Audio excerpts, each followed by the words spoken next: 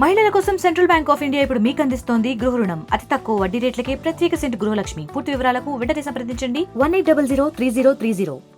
September 17 గురించి ప్రభుత్వాలు మారుతున్నా, సంవత్సరాలు మారుతున్నా వివాదం కొనసాగుతానే ఉంది. ఒక పార్టీ విలీనం అంటారు, మరొక పార్టీ విమోచనం అంటారు.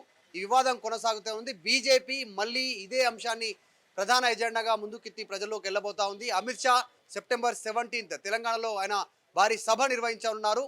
కాకపోతే ట్విస్ట్ ఏంటంటే ఎన్నికల మేనిఫెస్టోలో కాంగ్రెస్ మేము అధికారంలోకి వస్తే అధికారికంగా సెప్టెంబర్ 17ను నిర్వహిస్తామనేటువంటి స్టేట్మెంట్ చేశారు. సో సెప్టెంబర్ 17 వచ్చింది, త్వరలోనే వస్తుంది. దానికి సంబంధించినటువంటి విషయాలు కాంగ్రెస్ ఏం చేయబోతా ఉంది, అధికారికంగా చేస్తామంటే విలీనం జరిగినటువంటి అంశాన్ని అధికారికంగా చేస్తారా, విమోచనాన్ని అధికారికంగా చేస్తారనేటువంటి క్వశ్చన్ రైజ్ అవుతా ఉంది.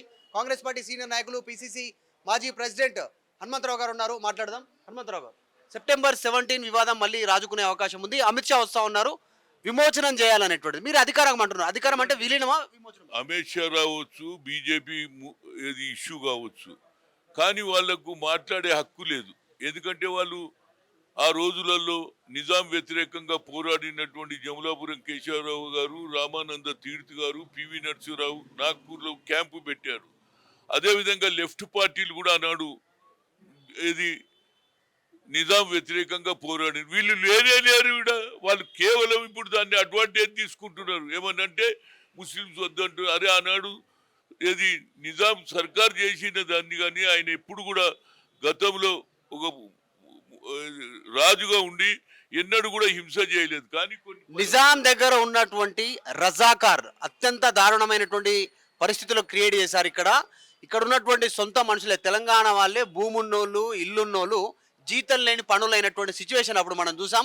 బట్టలు లేకుండా బతుకమ్మ ఆడించినటువంటి చరిత్ర నిజాం రజాకార్లకు సంబంధించినటువంటిది. ఇప్పుడు అదే రజాకార్ పార్టీతో కాంగ్రెస్ సఖ్యతతో. రజాకార్ పార్టీ కాదు, నిజాం పీరియడ్ లో జరిగింది. నిజాం పీరియడ్ లో ఆయనకు వ్యతిరేకంగా కూడా కొందరు ఓపెన్ గా కూడా మాట్లాడిండ్రు ముస్లింలే. కనుక దాన్నే మీరు ఆసరా తీసుకుంటారు. కానీ మీ పాత్ర ఏమిటి? ఎన్ని క్యాంపులు పెట్టిరు మీరు? ఎంతమందికి మీరు సాయం చేసిరు అది చెప్పండి. అది ఏమి లేదు. కేవలం సర్దార్ వల్లభాయ్ పటేల్ హోమ్ మినిస్టర్ వచ్చి నిజామును లొంగదీసిరు అనేదే చెప్పగలుగుతారు.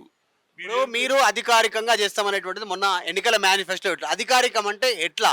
విలీనం అనేటువంటిది అధికారమా, విమోచనం అనేది అధికారం? అది తప్పనిసరిగా మేనిఫెస్టోలో ఏం రాసిందో దాని ప్రకారంగా ముఖ్యమంత్రి గారు ఇప్పుడు వస్తున్నాడు మహేష్ కుమార్ గౌడ్, మేము మాట్లాడి ఏం చేయాలనేది చెప్తాం. కానీ మీ పాత్ర లేని వాళ్ళు దీనికి ఒక హవా చేసుకుంటున్నారు. కానీ అదే ఒల్లాల అనే గ్రామంలో 1947లో వాళ్ళకి పాత్ర లేదు. సరే, మీరు చెప్తా ఉన్నారు వేరే అంశాలు, మీకు వాళ్ళకి పాత్ర లేదు అంటారు. కాంగ్రెస్ పార్టీకి పాత్ర ఉంటే మీరు ఎందుకు విలీనం ఇన్ని రోజులు చేయలేదు? ఇప్పుడు ఉమ్మడి ఆంధ్రప్రదేశ్లో తెలంగాణ ఏర్పడినాక 10 ఏళ్ళు ప్రతిపక్షంలో ఉన్నప్పుడు మీరు చేయలేదు. ఇప్పుడు అధికారంలోకి వచ్చినాక అధికారికంగా అంటారు. ఏంది విమోచనమా విలీనమా? విలీనమా లేకుంటే అధికారం అనేది కేవలం ఎప్పుడు వస్తుంది? ముఖ్యమంత్రి గారి ఆలోచన ఏమున్నది, ఎలక్షన్ మేనిఫెస్టోలో ఏం పెట్టిండ్రు అనేది పార్టీ ప్రెసిడెంట్ మంత్రులు కూర్చొని మాట్లాడి ఏదైనా నిర్ణయానికి వస్తాం తప్పితే నేను వచ్చేసి ఓన్లీ కాంగ్రెస్ వాళ్ళు ఏం చేయలేదు, బీఆర్ఎస్ వాళ్ళు మీరేం చేసిరని నేను అడుగుతున్నా. దానికి జవాబు చెప్పమను.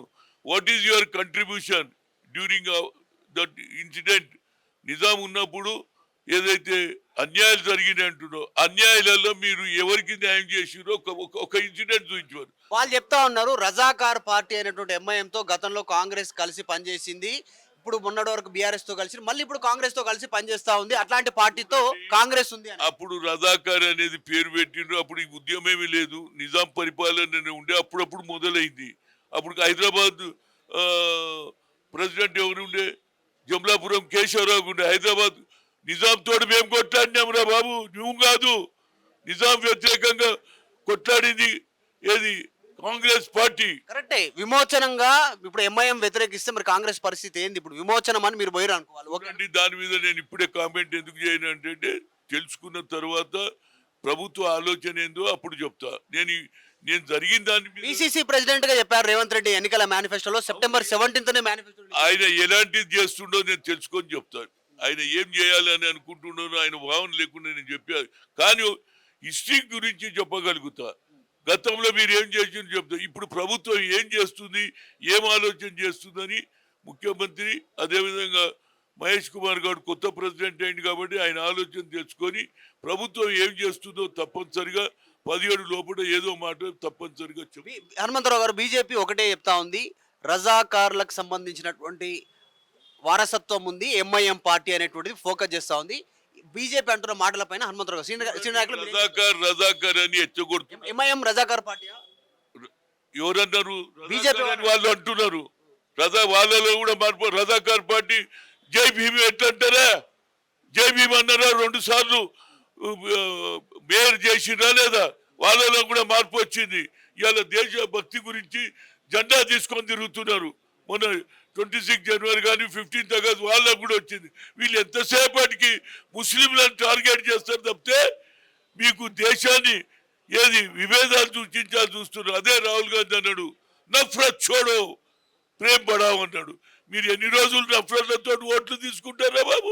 Okay right. ఒకటి, రేపు సెప్టెంబర్ 17 అమిత్ షా వస్తుండు, సభ పెడుతుండు, మీరు అధికారికంగా నిర్వహిస్తామంటారు.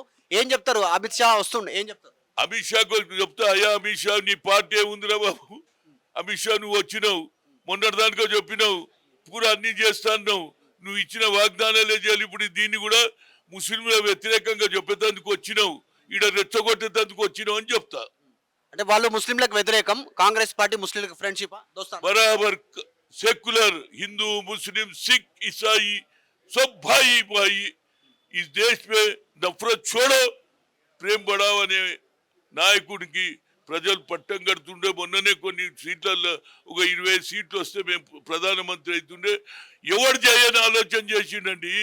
తెలంగాణలో కులగణన జరుగుతుందన్న నమ్మకం తప్పనిసరిగా కులగణన జరిగే లోకల్ బాడీ ఎన్నికలు జరుగుతాయని అది పీసీసీ అందరు చెప్తున్నారు. అదే మేము కూడా మొదటి నుంచి నేను ఓబీసీ ఎంపీసీ కన్వీనర్, నా వాదన అదే.